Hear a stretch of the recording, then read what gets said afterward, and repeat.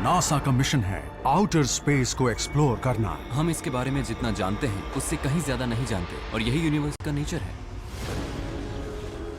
जिसके लिए नासा अपने साइंटिस्ट्स को स्पेस में और स्पेस क्राफ्ट्स को सोलर सिस्टम से भी बाहर भेजती है। डिस्कवरीज करने के लिए रिस्क लेना जरूरी है।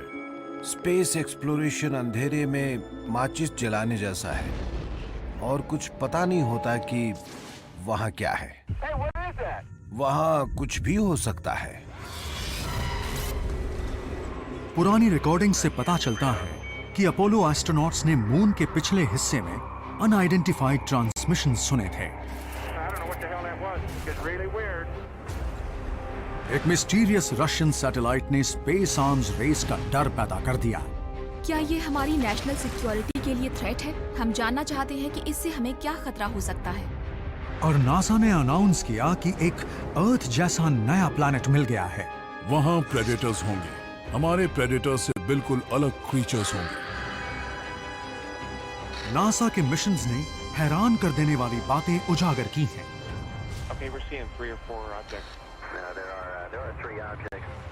जो अच्छे से अच्छे साइंटिस्ट्स को परेशान कर रही हैं। ये है नासा की अनएक्सप्लेन्ड फाइल्स। अपोलो 10 का मिशन कंट्रोल से कांटेक्ट टूट गया और एक अनआइडेंटिफाइड रेडियो सिग्नल मिला। वहां कुछ जरूर था। मिशन के अर्थ पर लौटने पर सारे रिकॉर्ड्स क्लासिफाइड कर दिए गए। टेप से पता चला कि एस्ट्रोनॉट्स एक ऐसे फिनोमेनन के बारे में बात कर रहे थे जिसके बारे में उन्होंने मिशन कंट्रोल को नहीं बताया था।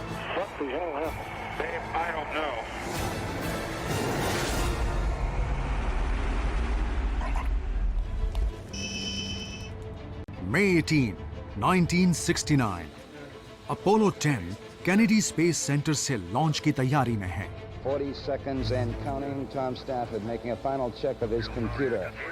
अपोलो 10 एक्चुअली अपोलो 11 की लूनार लैंडिंग की रिहर्सल थी। Launch commit.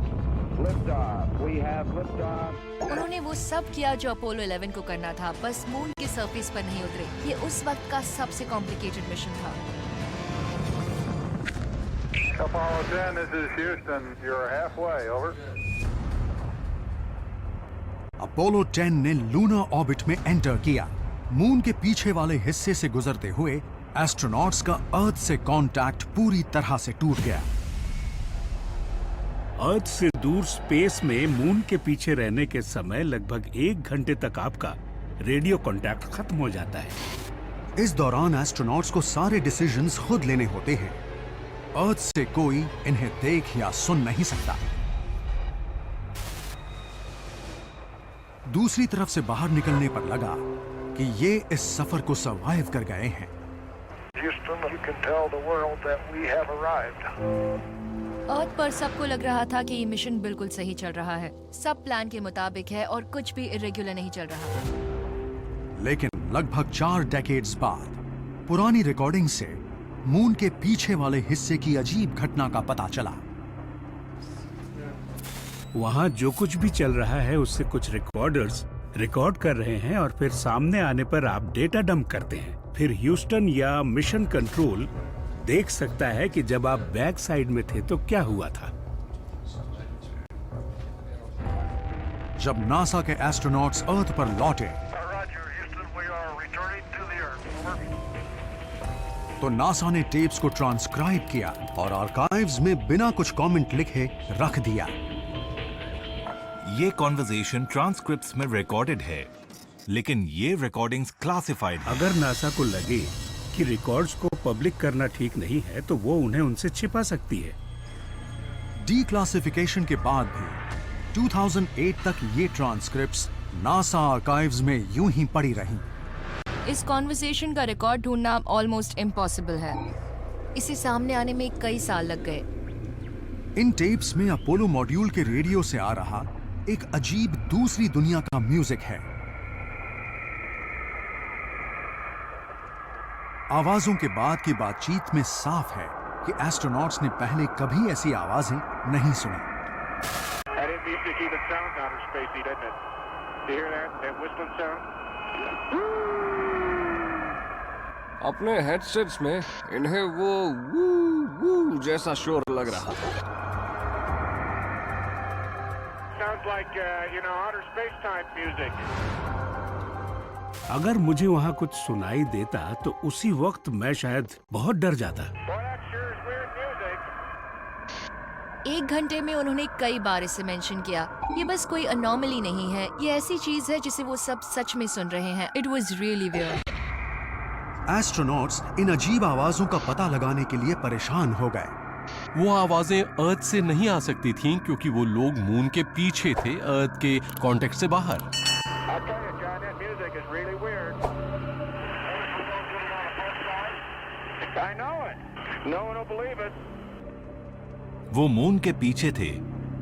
क्या पता, हो सकता है वहां कोई हो। क्या ये कोई एलियन सिग्नल था? क्या हम वही सुन रहे हैं? लगभग 1 घंटे के ट्रांसमिशन के बाद आवाज बंद हो गई। Boy, it got quiet, didn't it? अर्थ से दोबारा रेडियो कांटेक्ट में आने से पहले एस्ट्रोनॉट्स डिस्कस करते हैं कि अपने इस एक्सपीरियंस को मिशन कंट्रोल को बताएं या नहीं।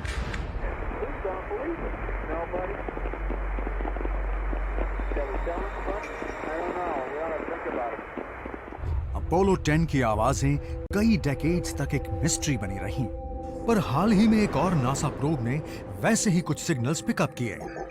कसीनी स्पेसक्राफ्ट ने सैटर्न पर इस तरह के ब्रॉडकास्ट डिटेक्ट किए, और उनमें से कुछ साउंड्स तो सचमुच स्ट्रेंज है। कई बार तो वो अजीब एलियन स्पीच जैसी भी लगती हैं। सैटर्न से आने वाली आवाजों का एक साइंटिफिक एक्सप्लेनेशन है। ये सैटर्न के मैग्नेटिक एनवायरनमेंट में घूम रहे चार्ज पार्टिकल्स की वजह से पैदा होती हैं। इमेजिन कीजिए कि आप चांद के पीछे अकेले हैं, अर्थ से दूर, और ऐसी आवाजें सुन रहे हैं। मैं समझ सकता हूं कि उन्हें कितनी घबराहट हुई होगी। लेकिन अपोलो 10 के एस्ट्रोनॉट्स ने जो अजीब आवाजें सुनी थीं, वो किसी मैग्नेटिक फील्ड का नतीजा नहीं हो सकती। मून का कोई एटमॉस्फेयर या मैग्नेटिक फील्ड नहीं है, इसलिए हम उससे ऐसे ट्रांसमिशंस एक्सपेक्ट नहीं करते जिन्हें रेडियो पिकअप कर सके। ये आवाजें मून से नहीं आ सकती, इसलिए नासा के रेडियो टेक्नीशियंस ने एक नई थियरी सामने रखी। 2 स्पेसक्राफ्ट्स के रेडियोज एक दूसरे से इंटरफेयर कर रहे थे। वो VHF पर थे और थोड़ा रेडियो इंटरफेरेंस था, जिसकी वजह से वो आवाज पैदा हो रही थी। लेकिन Apollo astronaut L warden radio theory से सहमत नहीं है। अपोलो 10 के क्रू को उन आवाजों की आदत थी जो वो अक्सर सुनते रहते थे। लॉजिक से मुझे लगता है कि अगर उस रात कुछ रिकॉर्ड हुआ था तो जरूर वहां कुछ हुआ होगा। I don't know what the hell that was, babe. Apollo 10 के एस्ट्रोनॉट्स ने उन आवाजों को भी पब्लिकली डिस्कस नहीं किया। अगर आप एक एस्ट्रोनॉट हो और आपको अजीब आवाजें सुनाई देने लगें, तो आप क्या करेंगे? उन सबको डर था कि अगर उनकी दिमागी हालत पर जरा भी शक हुआ तो उन्हें दोबारा नहीं भेजा जाएगा। इसलिए उन्होंने किसी से कुछ नहीं कहा। आज तक कोई नहीं जानता कि अपोलो 10 की इन रिकॉर्डिंग्स में जो आवाजें हैं वो कहां से आईं। मुझे लगता है कि अपोलो 10 पर उन्होंने जो आवाजें सुनी थी उनकी कोई बिल्कुल साफ वजह है जो हम अब तक पता नहीं लगा पाए हैं। मुझे लगता है कि हम इसे नहीं समझ रहे।